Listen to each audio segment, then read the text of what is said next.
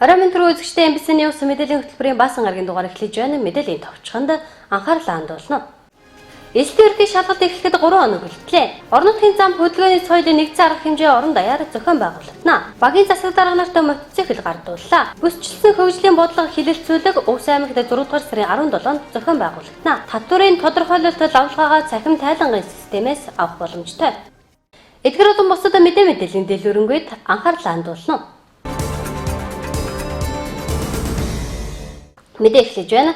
Монгол Улсын хэмжээнд ихтэйд сургууль дэсгчдийн сурах ерөнхий чадвар мэдлэгийн төвшинг тогтоох элтэн ерөнхий шалгалт 2019 оны 6 дугаар сарын 17 буюу ирэх нэгд өдөр Монгол Улсын түүх хичээлээр орон даяар нэгэн зэрэг эхлэнэ. Манай аймгийн хувьд энэ жил элтэн ерөнхий шалгалтыг 960 гаруй сурагчид өгөх юм байна. Энэ жил ерөнхий боловсролын сургуулийг 17,000 орчим хүүхэд төгсөж байна. Үүн дээр өмнөх оны төгссөн хүүхэд нэмэгдээд 20,000 орчим хүүхэд элтэн ерөнхий шалгалтыг өгнө гэсэн урьдчилсан тооцоолол байна. Энэ жилийн элтэн ерөнхий шалгалт 6 дугаар сарын 17-нд Монгол Улсын түүх физикийн хичээлийн шалгалтаар эхлэн 18-нд хим газар зүй англи хэл, 19-нд биологи математик, 20-нд монгол хэл, орос хэл, нийгмийн тухай мэдлэг шалгалтаар тус зохион байгуулагдана. Элтэн ерөнхий шалгалтын математик, физик, химийн даалгаврын гүйцэтгэх хугацаа 100 минут, монгол хэл, англи хэл, орос хэл, биологи газар зүй, Монгол Улсын түүх нийгмийн тухай мэдлэг хичээлийн шалгалтын даалгаврын гүйцэтгэх хугацаа 80 минут байгаа юм. За 2019 оны элтэн ерөнхий шалгалт 6 сарын 17-ноос 20-ны хооронд Улаангомсмын цогцлбор 1-р сургууль дээр зохион байгуулагдана. Шалгалт маань ерөнхийдөө Монголын түүх хичээлээр эхэлж байгаа. Ингээд нийгмийн ухааны хичээлээр 20-ны өдөр нийгмийн ухааны хичээлээр дуусж байгаа. За шалгуулагчид шалгалтанд ирэхдээ бүртгэлийн хуудас, суудлын хуваар, иргэний үнэмлэх болон түүнтэй адилдах бичиг баримт, бүрэн боловсролын гэрчлэгээ гэсэн 4 бичиг баримттайгаар ирнэ. За энэ жилийн засалтанд шууд засалт явагдана. Газар дээрэн засалт явагдах учраас хүүхдүүдэд бол одоо нэгдсэн журмаар бүх хүүхдүүдэд харандаа өгнө. Тийм учраас хүүхдүүдийн хувьд бол янз бүрийн байдлаар ноорог цаас, томьёоны хураангу, гар утас гэх мэтийн одоо тэр бичиг баримт одоо ном материал авахгүй. Ерөнхийдөө бүх зүйлийг бол одоо юунаас хангаж өгнө. Шалгалтанд эхлэхээс 10 минутын өмнө бол анги танхимдаа бол суудлаа эзэлсэн байх ёстой. Тийм учраас ерөнхийдөө Улаанбаатарын цагаар зохион байгуулагдах учраас одоо жишээлхэд 9 цагаар шалгалт эхлэхэд 8 цаг гэхэд бол одоо шалгалт одоо Улаанбаатарын цагаар 9 цаг гэдэг маань Өвс аймгийн цагаар одоо 10 цаг гэсэн үг. Тэгэхээр зэрэг ерөнхийдөө бол 9 цаг гэхэд бол одоо ирчихсэн байх, шалгалтанд ирсэн байх ёстой. За тийм зүйлийг анхааруулээд ерөнхийдөө бол одоо зөвлөмж болгож өгөхөд хүүхдүүд маань одоо урд өдөр нь шалгалт эхлэхийнхээ урд өдөр бол маш сайн унтж амарсан байх ёстой. Мөн шингэн зүйл баг уух ёстой, сэтгэл зүгээ бэлтгэх ёстой. Өнгөрсөн жилүүд шууд засалт явагдсан сургуулиуд дээр аймагуудад юу анхаарсан гэхээр зэрэг одоо нөгөө хэмжээс тоноо анхны оноо гэдэг зүйлийнхаа ялгааг ойлгохгүйгээр одоо жишээлхэд шууд засалт явагдахад одоо маш одоо анхны оноогоор маш бага оноотой одоо байсан. Одоо өөрөөр 20 гэдэн хувьтай 30 гэдэн хувьтай байснаас хараад одоо би одоо их тааруу өглөө гэдэг байдлаар өөрөөр сэтгэл зүйн дарамтад орсон.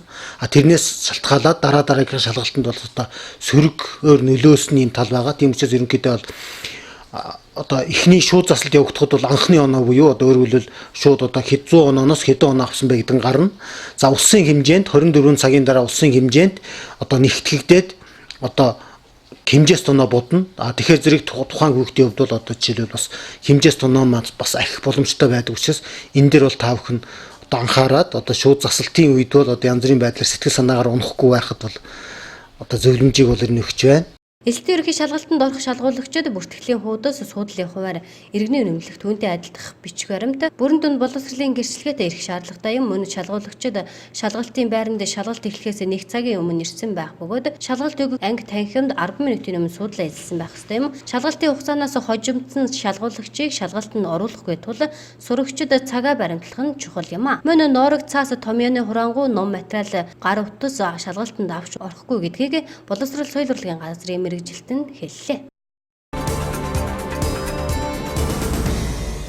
Дараагийн мэдээ. Өрн дулаан амралтад зугаалгын улирал эхлэж байгаатай холбогдуулан нийслэлээс орон нутгаас нийслэл рүү чиглэгдсэн хөдөлгөөний эрс нэмэгддэг. Үүнийг дагаад орон нутгад дэх зам тээврийн осол нэмэгддэг. Тээврийн цагдаагийн албанаас орон нутгийн замд үйлдэгддэг ослыг бууруулах үргэлжлэн сэргийлэх зорилгоор Монгол улсын хэмжээнд орон нутгийн зам хөдөлгөөний соёл 2019 нэгдсэн арга хэмжээг 6 дугаар сарын 15-наас 9 дугаар сарын 25-ны хүртэл зохион байгуулахаар боллоо. Өрн дулааны амралтад зугаалгын улирал эхлэж байгаатай холбогдуулан нийслэлээс орон нутгаас нийслэл рүү чиглэгдсэн хөдөлгөөний эрс нэмэгддэг. Үүнтэй холбогдуулан орон нутгах зам тээврийн осол нэмэгдэг. Тээврийн цагдаагийн албанаас орон нутгийн замд үйлдэгдэг ослыг бууруулах урьдчилан сэргийлэх зорилгоор Монгол улсын хэмжээнд орон нутгийн зам хөдөлгөөний соёл 2019 урьдчилан сэргийлэх нэгдсэн арга хэмжээг энэ сарын 15-ны өдрөөс 9 дугаар сарын 25-ны өдрийн хүртэл хугацаанд зохион байгуулахаар боллоо. Манай аймагт 2018 онд зам тээврийн ослын улмаас 8 хүн 2019 оны хагас жилийн байдлаар зам тээврийн ослоос 3 хүн амь алдсан байна. За Монгол улсын гэмтгэлээс урьдчилан сэргийлэх ажлыг зохицуулах зөвлөл цагдаагийн ерөнхий газартай хамтран жил бол замын орон нутгийн зам хөдөлгөөний соёл аяныг өрнүүлдэг байгаа. Энэ аян маань энэ жил 6 сарын 15-наас 9 сарын 15 хүртэл 3 сарын хугацаатай эхэлж байгаа. За энэ аяны маань гол зорилго юу гэхээр одоо иргэдийн амралт зугаалгын цаг улирал эхэлж байгаатай холбогдуулан орон нутг улсын чанартай болон орон нутгийн чанартай авцамд гарч байгаа зам тээврийн осол хэрэгээс урьдчилан сэргийлэх. За хүний аймнаас хохирохоос урьдчилан сэргийлэх чиглэлээр бол тээврийн цагдаагийн албанаас бол байнгын болон хөдөлгөөд нийт шалгалтуудыг аялуулдаг байгаа. За өнгөрсөн онд бол 2018 онд тухайн аяныг зохион байгуулж явуулснаар бол зам тээврийн осол хэргийг гаргалтал тухайн мөчүүд бас буурсан статистик үзүүлэлт гарсан байгаа гэж хэлмээр байна. За манай аймгийн хэмжээнд бол 2018 онд бол зам тээврийн осол хэрэг 59 бүртгэгдсэн байгаа. За осол хэргийн бол бас нийтдээ 8 хүн амнаас өгсөн байгаа. За он гарснаас хойш бол нийт зам тээврийн осол хэрэг бол 30 бүртгэгдсэн. За зам тээврийн ослыг бол бас 3 хүн амнаас өгсөн ийм статистик мэдээ гарсан байна. Өнгөрсөн жил орон нутгийн замд ихэнх шалгалт зохион байгуулахад нэгж хугацаанд хөдөлгөөнд оролцогчдын 70-аас 90 орчим хувь нь хөдөлгөөний хурдыг тогтоосон хэмжээнээс 50-аас 80 км/цагаар хэтрүүлдэг. Хөдөлгөөнд оролцогчдын 97 зорчигч болон хүүхдийг буруу тээвэрлэдэг. Хөдөлгөөнд оролцогчдын 78% нь шөнийн цагт гэрэл шилжүүлдэггүй, тээврийн хэрэгсэл жолоодох үнэмлэхгүй. Тогтворуулгын даны зүйл хэрэгэлсэн болон хит ядарс үедээ удаан хугацаагаар тээврийн хэрэгсэл жолооддог. Бүрэн бус тээврийн хэрэгслээр хөдөлгөөнд оролцдог, зогсоолын дүрм зөрчдөг, батлагдаагүй замаар явдаг зорчлууд хамгийн ихээр бүртгэгдсэн байна. Иймд хөд орон нутгийн замд хөдөлгөөнд оролцохдоо дээрх төрлийн зөрчлүүдийг гаргахгүй байхад анхаарч хөдөлгөөнд оролцох нь чухал юм а. 6 сарын 15-наас эхэлж зохион байгуулагдаж байгаа орон нутгийн зам хөдөлгөөний соёл нэгдсэн арга хэмжээний хүрээнд орон нутгийн болон улсын чанарт авч замуудыг хөдөлгөөнд тулна байнгын боостой чиглэлээр гинт шалгалтыг зохион байгуулна. Энэ бол жолооч манай жолооч нарын сахилгын соёлыг дээшлүүлэх хүний амь насыг зам тээврийн осол хэрэгээс урьдчилан сэргийлэх чиглэлээр зохион байгуулагдаж байгаа гинт шалгалтууд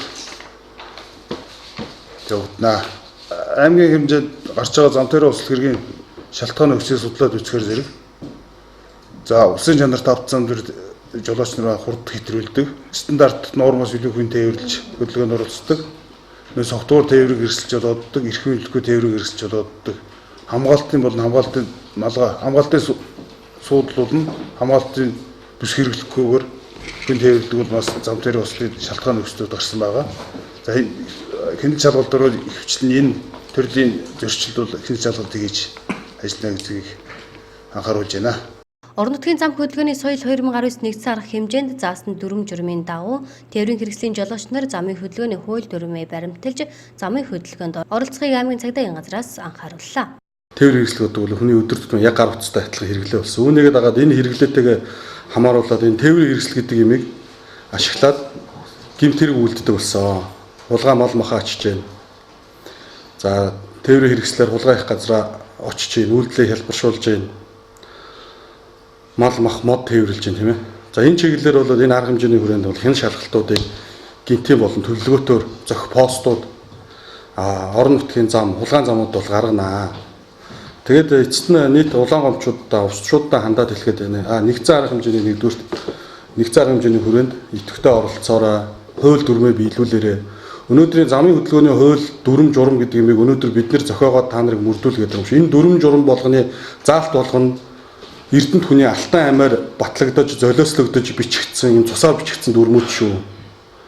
Өнөөдөр та бүрэн бус тээврийн хэрэгсэлтэй замын хөдөлгөөнд оролцож байгаа бол эн чинь эргээд та өөрийн болон бусдын амнаас эрүүл мэнд, эд хөрөнгөнд тохирол учруулах маш том эрсдлийг өөрөө дагуулад гараа явж байгаа шүү. Энийг ухамсарлаад ойлгоорой. Манайхан өнөөдөр цагдаа зогсоогоо шалгалаад торголоо бүсээ зүсэнгүү гэлээ гэдгийг нөгөө эсрэг өнцгөөс нь хардаг. Тийм учраас харах өнцгөө өөрчлөө. Өнөөдөр та суудлын бүсээ зүүгөө явж байгаа цагдаа торгуулж ирнэ гэдэг чинь эцээц цаашаа яваад осол хэрэгт өртгөөс чинь өртөө суудлын бүсээ зүүгөө явж байгаад амнаас эрүүл мэндээрээ аврахоос чинь өмнө цагдаа сануулаад тэр ирээдүйд гарах учирч болох том эрсдлийг чинь тэр торгуулын нэг хэдэн төгрөгөөр тэр эрсдлээс ч өрсөн сэргийлж байгаа шүү. Тийм учраас та нарт цагдаад торгуулахгүй явах боломж өөрчлөн байгаа. 3 сарын хугацаатай явагдаж байгаа орон нутгийн зам хөдөлгөөний соёл энэхүү аянд маань жолоочид тав бүхэн соёлтой за холбогдох хууль замын хөдөлгөөний дүрмээс ахиж оролцохыг аймгийн засаг даргын хамгийн газрын хууль эрх зүйн хэлтэс гэмтгэрээс үржилсэн сэргийлэх ажлыг зохицуулах салбар зөвлөлийн зүгээс уриалж байна. Орон нутгийн замын хяналт хөдөлгөөний соёл 2019 нэгдсэн арга хэмжээ маргааш эхлэн энэхүү арга хэмжээг зам тээврийн ослыг бууруулах урьдчилан сэргийлэх хөдөлгөөнд оролцогчдын соёлыг дээшлүүлэх, сахилга хариуцлагыг сайжруулах зорилгоор тээврийн цагдаагийн албанаас сүүлийн жилүүдэд тогтмол зохион байгуулж байгаа юм а.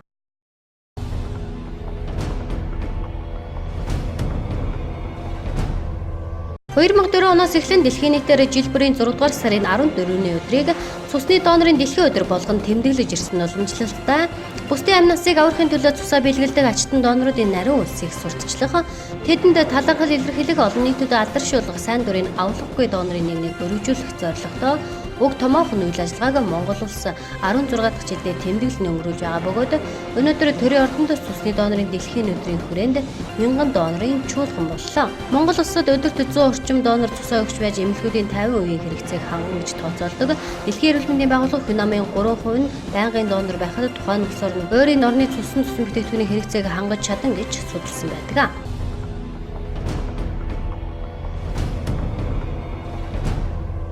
Ерөнхийлөгч Баттулгын хэргийг зулсдах албан ёсны ажил үргэлжлэж байна. Тэрээр өнгөрсөн 5 гарагт бүгд найрамдах хэргийг зулсан ерөнхийлөгч Жэмбековтой албан ёсны хэлэлцээ хийсэн түнчлэн хэргийг зулсад суух элчин сайдын яамны нээлтийн ажиллагаанд оролцсон юм. 2017 онд хэргийг зулсын нийслэл Бишкек хотод суугаа ерөнхий консулын газрын төвшинг өөрчлөж элчин сайдын яам болгох засгийн газрын тогтоол гарсан байдаг. Энэ шийдвэрийн дагуу гадаад харилцааны яам элчин сайдын яамныг саналаа Киргизийн талд дипломат шугамар тавьж инхүү нээлттэй хийсэн байна. Харин тус улсын ерөнхийлөгч Жэмбековтой хийсэн албан ёсны хэлэлцээрийн тухайд терроризмтай тэмцэх цэргийн салбарт хамтран ажиллах, боловсрол, аялал жуулчлал, худалдаа, эдийн засаг, соёлын амттай ажиллагааны гэрээ хэлэлцээнд гарын үсгүүлсэн байна. Өчигдөр ерөнхийлөгч Баттулгад тус улсын ерөнхий сайд бараалтлаа. Тэд ерөнхийлөгчийн ажлын үеэр ярилцсан асуудлуудыг ажил хэрэг болох талаар ярилцаж, эрх намар ерөнхий сайд Монгол улсад ажиллахаар тохирчээ. Мөн ерөнхийлөгчийн төвд дэвшүүлсэн дэлхийн нүүдэлчдийн 5 дугаар наадмыг Монгол улсад зохион байгуулах саналыг хүлээн авсан байна. Жилд 5 сая орчим жуулчин хүлээн авдаг тус улс энэ талын туршлагаа харилцан солилцох, Монгол улсаас мах импортлох, Монгол улсад жимсгэн хүнсний бүтээгдэхүүний экспортлох зэрэг асуудлаар дэлгэрэнгүй ярилцаж тодорхой шийдлүүдэд хүрсэн байна.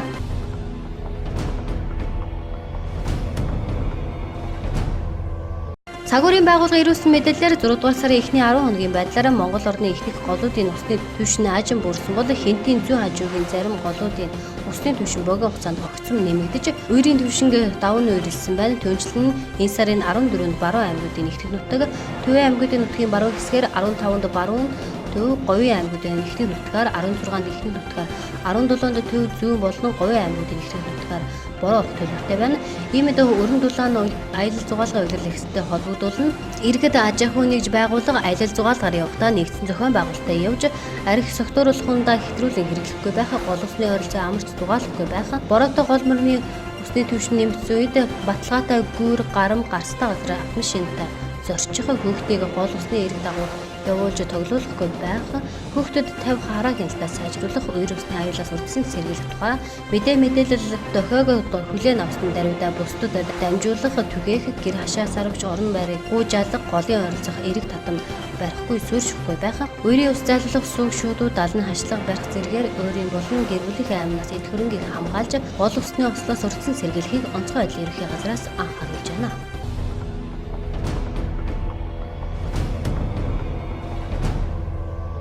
Эрүүл хүнс сарын аянаар Баяулгын аймгийн мэрэгжлийн хэлтийн газраас хэрэглэх хугацаа дууссан 131 нэр төрлийн хүнсний бүтээгдэхүүнийг хураанагч устгах болзошгүй эрсдэл хоол хүнсний гаралтай хорлох халдварт гарахаас үрдсэн сэргийлжээ.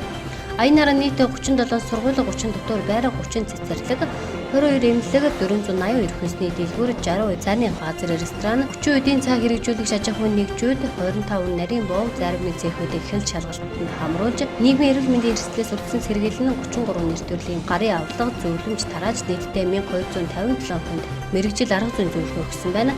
Шалгалтаар илэрсэн зөрчлийн дийлэнх нь хугацаа хэтэрсэн хүнсний бүтээгдэхүүн худалдаалах зөрчил эзлэж байгаа тул хүнсний бүтээгдэхүүн худалдаж авахдаа хүчинтэй хугацааг нь харж ав. Ил задгаа гудамж талбайд зарж буй хүнсний зүйлийг худалдаж авахгүй байхыг иргэдэд зөвлөж байна.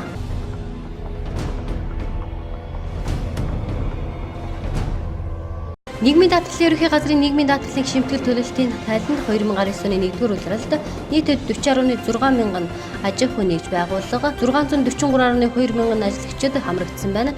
Шимтгэл төлж буй аж ахуй нэгж байгууллагын тоо өмнөх оны мөн үеэс 1.8 мянгаар ажлагчид өмнөх оны мөн үеэс 41.4 мянгаар тус нэмэгджээ. Нийгмийн даатгалын шимтгэл төлөлтийн тайланд хамрагдсан эдгээр ажиллагчдын 62.9 мянган 320 мянган төгрөг хүртэлх цалинтай 83.5 мянган 320 мянгаас 500 мянган төгрөгийн цалинтай 209.8 мянган 500-аас 900 мянган төгрөгийн цалинтай 1444.2 мянган 900-аас сая 300 мянган төгрөгийн цалинтай 35.5 мянган сая 300-аас сая 500 мянган төгрөгийн цалинтай 107.3 мянган сая 500 мянган төгрөгөөс дээш цалинтай байна. Ажлагчдын сарын дундаж цалин бүсээр навч үзүүл баруун бүсэд 784.9 мянган төгрөг, зүүн бүсэд 890.5 мянган төгрөг, төвийн бүсэд 983.4 мянган төгрөг, хангаан бүсэд 1000 гаруйны 2 мянган төгрөг байгаа нь улсын дунджаас 147.7 мянгаас 373 мянган төгрөгөөр бага байна.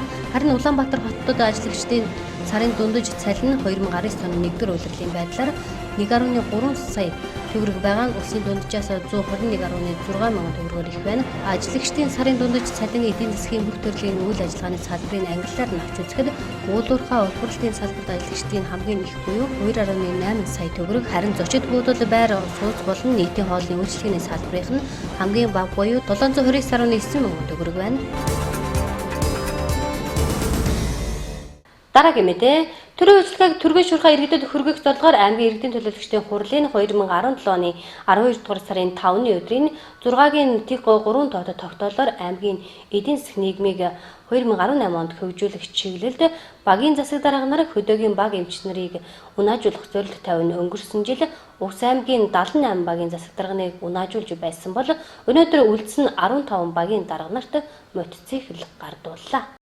Аймгийн иргэдийн төлөөлөгчдийн хурлын 2017 оны 12 дугаар сарын 5-ны өдрийн 6 дугаар хуралдааны 6-гийн ТИК 3 тоод тогтоолоор батлагдсан аймгийн эдийн засгийн нийгмийг 2018 онд хөгжүүлэх үндсэн чиглэлийн 4-1-ийн 13-д аймгийн засаг дарганы үйл ажиллагааны хөтөлбөрийн 4-1-ийн 6, 4-1-ийн 11-д тусгагдсан аймгийн засаг дарга нар хөдөөгийн багийн эмч нарыг унаажуулах зорилтын хүрээнд 2019 оны 6 дугаар сард аймгийн нийт 93 багийн засаг дарга хөдөөгийн 65 багийн эмч нарын албан хэрэгцээ зориулсан мотоциклийг хүлээлгэн өгсөн юм. Энэ үед мотоцикл аваагүй засаг дарга нар өнөөдөр мотоцикл авлаа. Аймгийн засгийн тамгын газраас бас төрөлжлөгийн чанар хүлэмжийг сайжруулах, иргэдэд хүргэх үйлчлэгийг сайжруулах үүднээс орон нутгийн хөрөнгө оруулалтаар нийт 93 багийн засгийн үе шаттайгаар 2 жил дараалан идэж байна. Өнгөрсөн жил нийт 78 багийн засгийг унаажуулсан, нөтүүгээр хангасан. Энэ жилийн үед бол үлдэгдэл 15 багийн засгийг унаажуулж байна. Ингэснээрээ бас төрийн үйлчлэгийг ард иргэдэд илүү хурдан шуурхай хүрхийн нөхцөл боломжийг бид нэр бүрдүүлж байна.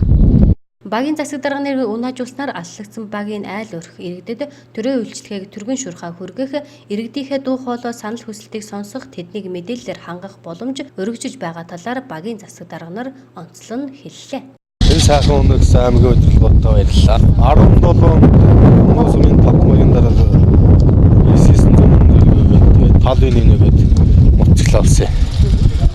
Тэгээд нөгөө 18 онд энэ аймгийн засаг дарга аймгийн хурлаас өгсөн мутчлаас бид нар хоцорсон байхгүй. Тал энэ нэг авсан яг өдөртгөөдөө хийсэн тэндийн үндсэн дээр дахиад нэгж олгож өгч байгаад бас баяртай байна. Манай Марван Трон сумын зүүн түрүүн багт энэ удаага одоо мотоцикл олгож байгаа. Түрүүн нь бол нөгөө гурван багт маань олгосон байсан. Ингээд бас миний хувьд бол одоо багийн засаг даргаар дөрөвдөгөө сонголдоод бас төрийн албаар гүйцэтгэхээр одоо сайхан оноо дөрөвдөгөө хүлээж аваад байна. Ингээд одоо оноожуулсан аймгийнхаа нийт өдрөлгүүд засаг даргын тамга газар аймгийн засаг даргалтай баярлсан талархснаа бас ард түмнийхээ өмнөөс илэрхийлж байна. Аймгийн засаг даргын тамгын газраас төрийн үйлчлэгийн чанар хүртээмжийг сайжруулах, төрийн албан агштын ажиллах нөхцөл боломжийг нэмэгдүүлнэ, төрийн үйлчлэгийг түргэн шуурхай хүрэх зорилтыг тавьж үе шаттайгаар шийдвэрлэн ажиллаж байна.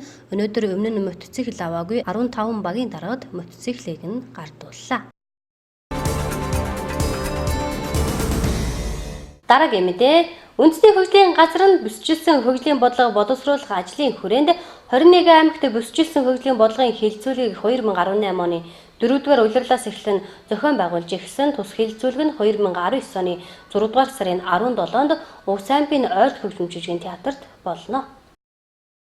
Үндэсний хөгжлийн газар нь бүсчилсэн хөгжлийн бодлого боловсруулах ажлын хүрээнд 21 аймагт бүсчилсэн хөгжлийн бодлогын хилцүүлгийг 2018 оны 4-р улирлаас эхлэн зохион байгуулж эхэлсэн. Тус хилцүүлэг нь 2019 оны 6-р сарын 17-нд Увс аймгийн ойрт хөгжим жижигэн театрт болно. Хилцүүлэгт үндэсний хөгжлийн газрын дарга эдийн засгийг бүсчлэн хөгжүүлэх, төвлөрлийг сааруулах бодлого боловсруулахад мэргэжил арга зүйн дэмжлэг үзүүлэх, зөвлөмж өгөхөөс гадна бүсчилсэн хөгжлийн үзэл баримтлал, судалгаа, бодлогын баримтчиг боловсруулалтад холбогдох илтгэлүүдийг тавьж санал авах хилцүүлгийг хийх юм. Бүсчилсэн хөгжлийн бодлого нь Монгол Улсын тогтвортой хөгжлийн бүх салбарын бодлогыг орон нутгад буулгах гол бодлого байх юм. Тиймээс энэхүү хилцүүлэг бүсчилсэн хөгжлийн бодлогод аймгийнхаа хөгжлийн асуудлуудыг тусгахад чухал ач холбогдолтой хилцүүлэг болох юм а. Эх 7 хоног буюу 6 сарын 17-ны өдөр манай аймагт бас нэг томоохон арга хэмжээ болох гэж байгаа. Энэ нь юу гэхээр үндэсний хөгжлийн газар, аймгийн засаг даргын тамгын газар хамтран зохион байгуулж байгаа. Бүсчилсэн хөгжлийн бодлого боловсруулах хилцүүлэг зөвлөлт уулзалт Увс аймагт болох юм а. За тэгэхээр энэ арга хэмжээ одоо ямар учиртай юм гэхээр үндэсний хөгжлийн газар Монгол Улсын тогтвортой хөгжлийн үзэл баримтлал 2030 гэсэн бодлогын баримт бичигтээ уялдуулж бүсчилсэн хөгжлийн бодлогын баримт бичиг шинжилэн зохион байгуулж байгаа. За 2018 оны эцэс энэ ажил эхэлсэн. Тэгээд бүх одоо орон даяар бүх аймагуудаар явж энэ хилцүүлгийг бол эхлүүлж байгаа. За энэ бол зөвхөн эхлэл. За энэ удаад юу хийх вэ гэхээр үндэсний хөгжлийн газрын одоо зохих эрдэмтдийн баг одоо 12 хүний бүрэлдэхүүнтэй баг явж байгаа. За яг өнөөдөр бол Баян Улгийн аймагтын хилцүүлэг хийж байна. Тэгээ маргааш нөгөөдөр манай аймагт ирээд 17-ны өдөр хөгжин драмын театр дээр өглөө 9 цагаас энэ хилцүүлэг зөвлөлт уулзалт эхэлнэ. За энэ уулзалтууд бол манай аймгийн засаг даргын тамгын газар аймгийн удирдлагууд. За тэрнээс гадна бүх сумдаас бол төлөөлөл 4 хүний бүрэлдэхүүнтэй ирж байгаа. Сумдын одоо удирдлагууд буюу хурлын дарга, засаг дарга. Тэгээд хувийн хэвшлийн төлөөлөл одоо иргэний нийгмийн байгуулалт иргэдийн төлөөлөл гэсэн ийм дуу хоолой оролцуулсан ийм одоо нэлээд өргөн хүрээтэй арга хэмжээ эхэлнэ. За энэ удаад үндэсний хөгжлийн газрын одоо эрдэмтдийн баг бол ер нь энэ одоо бүсчилсэн хөгжлийн чиг хандлага одоо сүүлийн жилүүдэд ямар хандлагатай байна. За юу одоо бид бүсчилсэн хөгжлийг бодох вэ? Юун дээр нь анхаарах вэ? За аймаг орон нутгийн одоо газар зүйн байршлаас өксүүлээд ер нь энэ бүсчилсэн хөгжлийн энэ одоо үйл ажиллагаанд тухайн аймаг одоо яаж оролцох ёстой гэсэн ийм чиг хандлагын сүүлийн одоо ондын юмнуудаа бол нэг төдөр ярина. За ийм учраас энэ арга хэмжээ болох нэ гэдгийг бол бас иргэд манай одоо бизнес эрхлэгчид ялангуяа хувийн хэвшлийнхэн бас сонирхол их зүгээр байна. Тэгээд одоо энэ арга хэмжээнд оролцох асуудлууд бол бид бол тодорхой одоо тоон багтааж ерөнхийдөө бол урилга за албан бичиг хөтөлбөрөд хөрөгдсөн байж байгаа. Тэгвэл бол иргэд энийг сонирхох асуудал бол чөлөөтэй, тийм ээ. Тэгээд бусад хэвлэл мэдээлэл, сошиал энэ бүх юмар бол явах учраас одоо энэ ажилд оролцох болцоо бүрдэнэ. За цааш харин бид нэр энэ бүсчилсэн хөгжлийн үзэл баримтлал гэсэн бодлогын баримт бичигт иргэдээс санал авах. За иргэний нийгэм байгууллагуудыг оролцуулах, хувийн хэвшлийг оролцуулах, хувийн хэвшлийнхний дуу хоолойг бол энд оролцуулахад бол ажил нь бол дараа нь эхэлнэ. За энэ бол зөвхөн ер нь одоо онлын төвшөнд бол ийм байдалтай байна. Сүүлийн үед бол за засгийн газраас бол ийм бодлого барьж гэнэ гэсэн ийм юмнуудаа бол танилцуулах, зөвлөлдөх уулзалт бол болох юм аа. Монгол Улсын засгийн газрын тохируулагч агентлаг үндэсний хөгжлийн газраас эдийн засгийг бүсчлэн хөгжүүлэх бодлого боловсруулах зорилгоор Германы олон улсын хамтын ажиллагааны нийгэмлэгээс эдис хөтөлбөр JICA олон улсын байгууллага болон аймгийн засгийн тамгын газартай хамтран бүсчилсэн хөгжлийн бодлогод санал авах уулзалт хэлцүүлгийг Улаан хотод зохион байгуулна. Бүсчилсэн хөгжлийн бодлогод санал авах хэлцүүлэгт аймгийн засаг даргын тамгын газрын удирдлага болон сүмдийн удирдлагууд салбар хариуцсан холбогдох байгууллагын мэрэгчлэтнүүд хувийн хэвшил төрийн бус байгууллагын төлөөлөл оролцох юм. Бүсчилсэн хөгжлийн бодлого хэлэлцүүлэг 6 дугаар сарын 17-ны 9 цагаас ойрт хөгжмөчгийн театрт болно.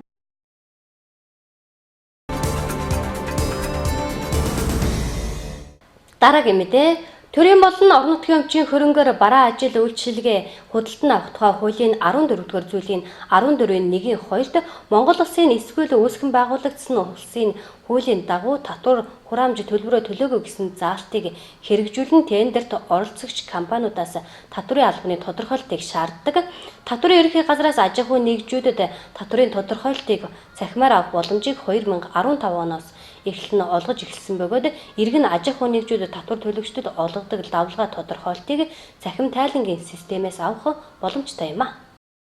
Төрийн болон орон нутгийн өмчийн хөрөнгөөр бараа ажил үйлчилгээ худалдан авах тухай хуулийн 14-р зүйлийн 14.1-2 Монгол Улсын эсвэл үүсгэн байгуулагдсан улсын хуулийн дагуу татвар хураамж төлбөрөө төлөөгүй гэсэн заалтыг хэрэгжүүлэн тендерт оролцогч компаниудаас татврын албаны тодорхойлтыг шаарддаг. Татврын ерөнхий газраас аж ахуй нэгжүүдэд татврын тодорхойлтыг цахимаар авах боломжийг 2015 оноос эхлэн олгож эхэлсэн юм. Аж ахуй нэгжүүд татвар төлөгчдөд олгодог лавлгаа тодорхойлтыг цахим тайлангийн системээс авах боломжтой юм. Системд нэвтрэн дэлгэцийн зүүн талд байх тодорхойлолт зэс рүү орж байгууллагын болон тендерийн гэсэн тодорхойлолтоос сонгоно холбогдох үзүүлэлтүүдийг үнэн зөв албан бичих хөтлөлтийн дагуу бөглөж авах боломжтой юм.